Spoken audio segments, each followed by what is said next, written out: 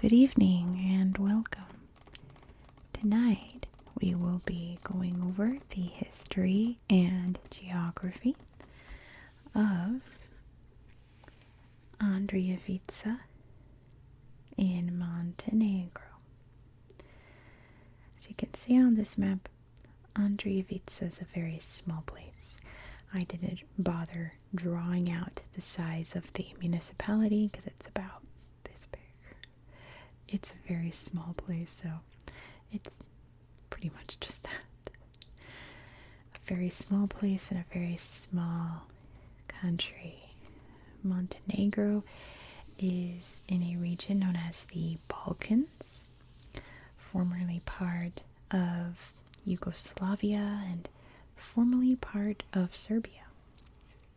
Their histories are very closely linked, and in fact, most of the population of Andrijevica is Serbian.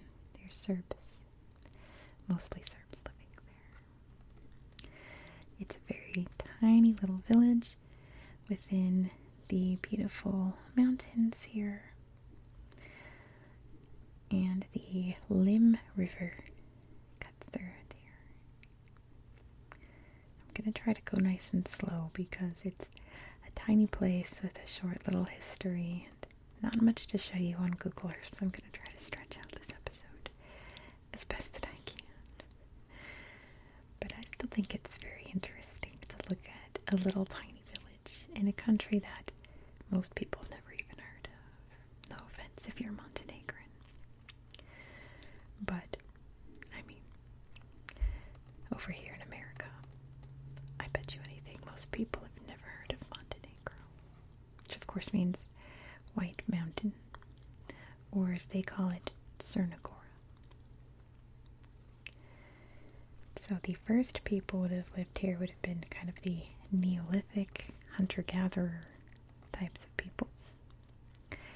Eventually some Illyrians would come into the area, a people mostly associated kind of with like Croatia and parts of Bosnia up north here.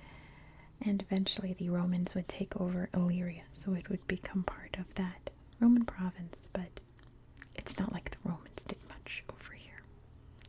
Not really interesting to the Romans, apparently. So it was always just kind of a little quiet corner where not much happened. A little fort was built along the Lim River in the early 1100s. I don't think we really know. And a little church was built there as well.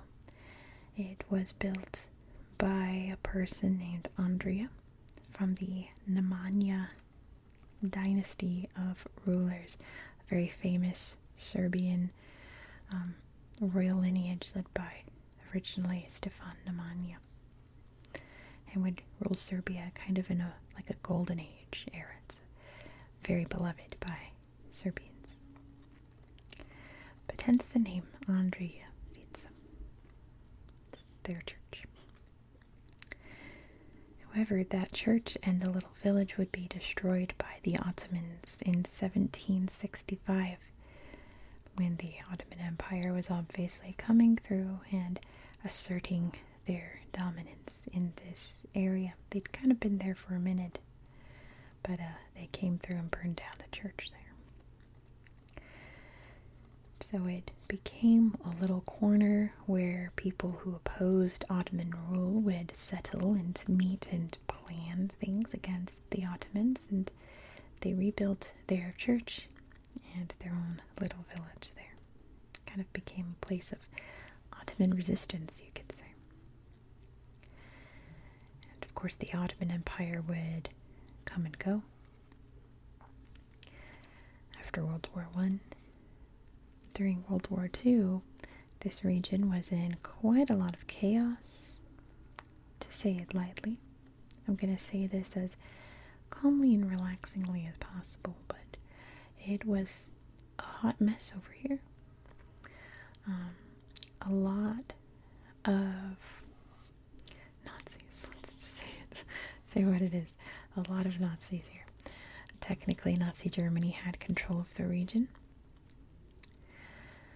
and one troop of SS soldiers were storming through in 1944, kind of in the twilight era where it was go big or go home for the Nazi soldiers here.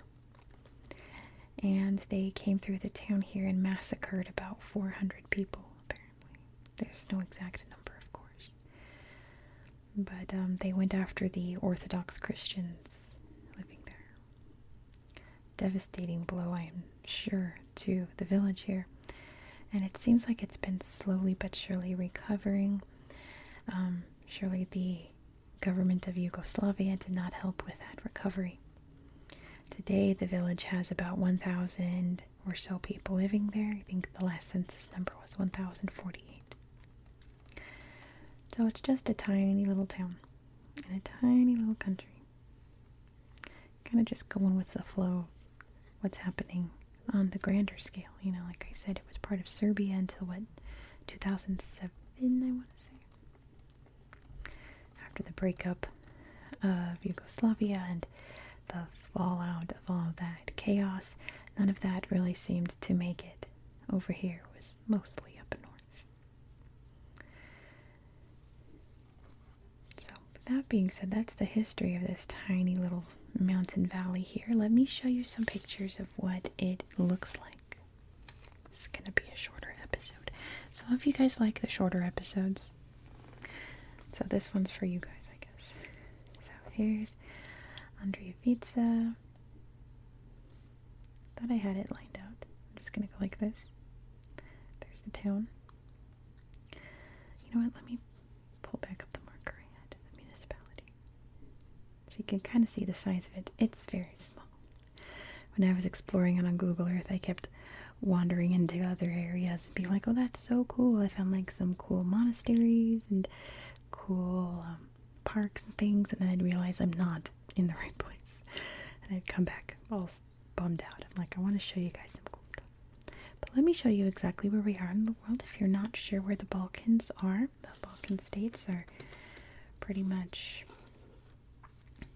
this chunk of Europe here. And you can see there's Italy right here, the Adriatic Sea. We've got Albania, Greece, North Macedonia, Bulgaria. Kosovo's just next door. We're in this corner of Europe. Truly, truly Eastern Europe. If you consider the Balkans Eastern Europe, I do. Do you guys consider it Eastern Europe? Or do you consider it like its own thing? So you think Eastern Europe, you think over here. But I don't know. I always consider the Balkans culturally to be a bit Eastern European. They've got that, communist history, that shared history, that time period. Let me show you these slideshow here of these beautiful mountains. It's an old airplane. But yeah, it's very lovely here. It seems like it's very quiet. It's not like a tourist place. There's lots of places nearby that have skiing and all that, hiking, but not so much here. Not much seems to happen here. Looks like you can go camping though. I bet it's a lovely place to go camping. This seems like the singular, wow, I really butchered that word. The singular hotel in this area. A beautiful little Orthodox church there. There's lots of them all over this region. But yeah, so gorgeous. Let's go on top of the mountain. They put a cross on top. Very, very lovely. You can take your off-roader there and explore. And look at the little cabin. I wonder if that's a little outpost for hikers to safely spend the night. I know we have those in America along like the Appalachian Trail and stuff. I don't know if they have those in Europe. But let me show you the town here. I've combed this region, you guys. There's no pictures of anything. It's all tiny, tiny, tiny little villages. But they're very pretty. There is this monument here for the massacre during World War II, I believe. There's the list of names there. Maybe it's soldiers, but I believe it's a World War II monument. A little park nearby. Some old, looks like boom booms to shoot down aircraft, right? Very tumultuous time during World War II here. I mean, where wasn't, right? But, yeah, it got very chaotic in the Balkans in those last couple of years. So here's the tiny town. There's the hotel. It's where you'd stay if you were visiting. Little high street here. Little huts.